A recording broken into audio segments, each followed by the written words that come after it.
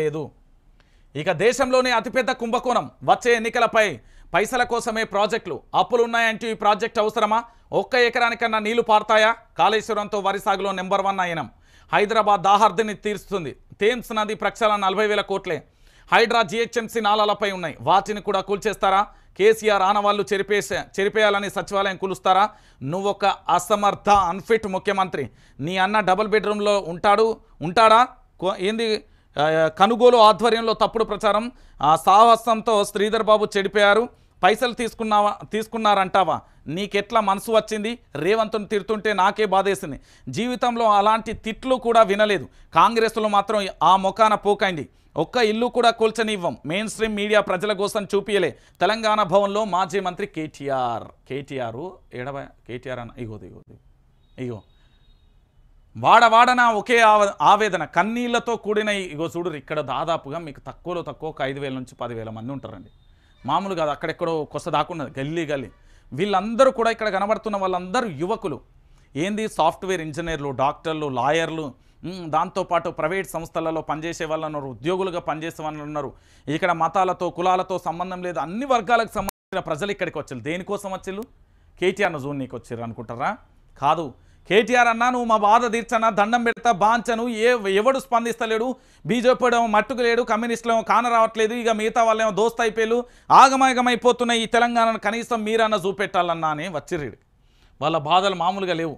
బాధితులకు అండగా ఉంటాం, బుల్డోజర్ను అడ్డుకుంటాం.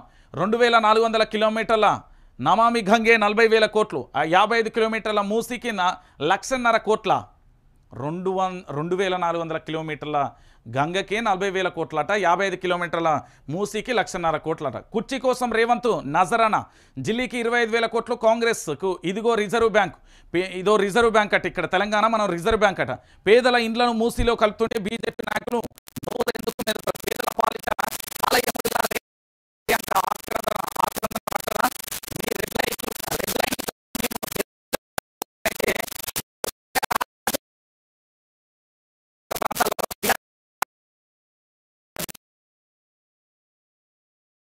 మరో సాగర హారం అయితే అవుతుంది, ఖచ్చితంగా అవుతుంది. భయంకరంగా ఉంటుంది, మామూలుగా ఉండదు. ఈ కాంగ్రెస్కు తుప్పు మైల మొత్తం తీస్తారు. తెలంగాణ ప్రాంత హైదరాబాదితులు నరకం చూపెడతారు. చెప్తున్నా కదా, కాంగ్రెస్ వాళ్ళు దయచేసి చెప్తున్నా, అటు ఓకుర్రి మీరు వాళ్ళ ముఖాన పోయిర్రు అనుకో, ఇక మళ్ళీ లంగర్ హౌస్ దగ్గర అదేదో ఉండే, ఆ లంగర్ హౌస్ దగ్గర హైదర్ష కోట పక్కనే ఒక గల్లీ ఉంటుంది, ఆదర్శ నగర్ సంథింగ్ ఏదో, ఆ పక్కన పూర్తి స్థాయిలో రచ్చ చేసిలు. చెప్తున్నా కదా, అసలు కాంగ్రెస్ వాళ్ళు కనబడితే ఆగమాగం ఉంటుంది. వాళ్ళు దయచేసి చెప్తున్నా, మీ జీవితాలను కాపాడుకోరు. ఏదో పోటు మొగోళ్ళ లెక్క వేస్తే మీ బతుకులు ఆగమైపోతాయి. పేదలను ఇబ్బంది పెట్టే ఇసొంటి సీఎంని ఇప్పటిదాకా చూడాలి. ఎవరెవరో వస్తారు, ఇంటిపై ఏదో రాస్తారు, ఖాళీ చేయాలని బెదిరిస్తారు. పిల్లలు, మహిళలు, గర్భిణీలు బిక్కుమంటున్నారు. రాత్రింబవలు భయంలోనే బతుకుతున్నాం. కాంగ్రెస్ వస్తే పరిస్థితి ఇంత దారుణంగా మారుతుందని అస్సలు ఊహించలే.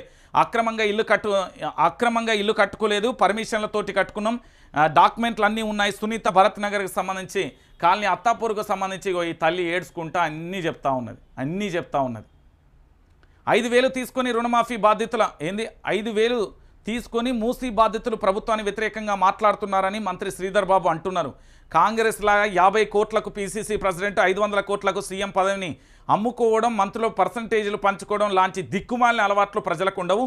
గర్భిణీలు, చిన్నపిల్లలు, వృద్ధులు ఏడుస్తుంటే పైసలు తీసుకొని మాట్లాడుతున్నామని మంత్రికి మనసు ఎలా ఒప్పింది? నేను ఎప్పుడో చెప్పిన, శ్రీధర్ అన్న నీకు మళ్ళీ చెప్తున్నా, శ్రీధర్ బాబు అన్న నీకు తెలంగాణ రాష్ట్ర ప్రజల తరపున చెప్తున్నా, నువ్వు మంచోడివి, నీకు క్యాపబిలిటీ ఉంది, కెపాసిటీ, మంచి సమర్థవంతమైన నాయకుడు. అనవసరంగా నువ్వు ఇబ్బంది పడకు, తెలంగాణ ప్రాంత బిడ్డల్ని ఇబ్బంది పడకు, నా నోట మాటలు పడకు. నీకు మంచిగా చెప్తున్నా. నువ్వు నాతో రాని మైక్ తీసుకొని చూపెడతా. ఒక్కరు 5,000 తీసుకొని మాట్లాడినట్టుగా నిరూపిస్తే నువ్వు 5,000 కనుక తీసుకొని మాట్లాడినట్టుగా నిరూపిస్తే ముక్కుకు నేలకు రాస్తా. నువ్వు రాజీనామా చేస్తావా? ఒక ఫోన్ కాల్ ఆడియో విడుదల చేసినావు కదా కేటీఆర్ లేకపోతే బీఆర్ఎస్ పార్టీ వాళ్ళని, అది తెలియదా? ఎఫ్ఐఆర్ నమోదు చేసి దాని మీద ఎంక్వైరీ చేద్దాం. ఎవడు కాల్ మాట్లాడిండు, మొదట ఎక్కడ అప్లోడ్ అయింది, ఎక్కడి నుండి ఎక్కడ పోయిందో తెలియదా? 5,000 తీసుకొని ఏందన్నా ఇవి? స్పృహ ఉండి మాట్లాడుతున్నారా లేక మాట్లాడుతున్నారా? మీరు మంత్రి గారండి, మీ మీద నాకు చాలా రెస్పెక్ట్ ఉంది. ఎందుకు ఇజ్జత్ తీసుకుంటున్నారు ఇట్లా? 5,000 తీసుకొని ఎవడు వాళ్ళ ఆక్రందాలు నీకు తెలుసానా? బుయ్య కార్లల్లో ఏసీ కార్లల్లో తిరుగుడు కాదు, వాళ్ళ బాధలేందో తెలుసా? రేపు పొద్దుగాలని మంత్రి పదవి పోయి ఎమ్మెల్యే పదవి పోయి నేను తీసుకుపోయి చెర్లపల్లి జైలు ఎత్తే తెలుస్తుంది. అప్పుడు నీ ఇల్లును గుల కొడితే బాధ ఏందో తెలుస్తుంది. ఏందో అట 5,000 తీసుకున్నట మాట్లాడుతున్నారట. ఎవరు తీసుకుంటాడో ఏం అవసరం, దిక్కుమాలిన 5,000.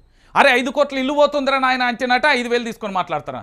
మీ కొనుగోలు టీం కాదు, మీ కాంగ్రెస్ సోషల్ చెత్తగా సాలేగాలు, ఇతర రాష్ట్రాలు వచ్చిన బాడకవులు కాదు, కన్న తల్లికే పుట్టిరో లేదో ఇతర రాష్ట్రాల నుండి వచ్చి నా తెలంగాణ నాగం చేస్తున్న బాడకవులు బేవర్సగాన్ లెక్క కాదు మేము 5,000 తీసుకొని మాట్లాడడానికి. నా రాష్ట్రం మీద ఏం హక్కు ఉన్నది వానికి? వాడు ఇక్కడికి వచ్చి నా తెలంగాణ ప్రజల బిడ్డలతో జీవితాలతో ఆడుకుంటాడు వాడు. బోషిడికే గాడు ఏంది తెలంగాణ ప్రజలకు సంబంధించి 5,000కు ఏంది వాళ్ళు 5,000కు అమ్ముడు పోయే మనసులో సిగ్గుశరం అనిపిస్తే ఎన్నికల ఇవేమన్నా? ఇప్పుడు చెప్పు దెబ్బలు కొడతారు ఎవడన్నా అమ్ముడు పోయిందంటే. వాడెవడో తెలియదు, ఇతర రాష్ట్రాల నుండి వస్తాడు వాడు, అట కర్ణాటక అట తమిళనాడు ఏ నుండో ఏడో పాడుపడతాడు, నా తెలంగాణ బిడ్డలాగా చేస్తాను. ఫస్ట్ అసంటోని బట్టలు ఇప్పి పొలిమేర దాటియాలి, అప్పుడు సోయత్తది వీళ్ళకు. నాట 5,000 తీసుకొని మాట్లాడుతున్నారు. సిగ్గుండాలా అని నీకు కూడా? చిచ్చి ఏం మనసులు రాబాయ్. తెలంగాణ ప్రాంత బిగో వీళ్ళందరూ 5,000 తీసుకొని రాలేరా నాయన. గుర్తుపెట్టుకో, వీళ్ళంతా వాళ్ళ ఇల్లులు కూలిపోతున్నాయి. ఒక్కొక్క ఇల్లు 3 అంతస్తులు 4 అంతస్తులు ఇండిపెండెంట్ హౌజెస్ 5-6 కోట్లు ఉంటే వాల్యూ చేస్తాయి. తెలియదా? మనం చదువుకున్నాగా, సోయి ఉన్నది కదా. వాడు ఇతర రాష్ట్రాల నుండి వచ్చుడేగాక ఇంకా నా తెలంగాణ మీద మొత్తం ఆగమాగం చేస్తుండే. వాడు ఎవడో కనుగోలట కినుగోలట వాని ఇక మళ్ళీ బూతులు వస్తాయి కానీ ఇక ఆపుతున్నాయి, ఈడికే ఆపుతున్నాయి. ఇక బతికిపోతున్నావు బిడ్డ. నువ్వు వాళ్ళ పొద్దుగాల మొత్తం చదువుకొని ఇక్కడ నుండి దొబ్బాయి. లేకపోతే మాత్రం నీకు మాత్రం నేను ఉద్యమకారుడిగా చెప్తున్నా, బ్యాన్సెత్ ప్రాణం మీద ఏం ఆశ లేదు. నా తెలంగాణకు అన్యాయం చేస్తుండే వాడు ఎవడో కనుగోలట వాడిని చూడు రిజరా. నేను చెప్తున్నా కదా. వ్యతిరేకత డైవర్ట్ చేసేందుకు ఆరోపణలు, క్షమాపణ చెప్పకపోతే పరువు నష్టం దావా వేస్తా, అద్ద ప్రచారాలకు లీగల్ నోటీసులు పంపుతా, ఎంపీ అనిల్కు మాజీ మంత్రి హరీష్ రావు వార్నింగ్ అంటూ కూడా. హరీష్ రావు లాంటి నిజమైన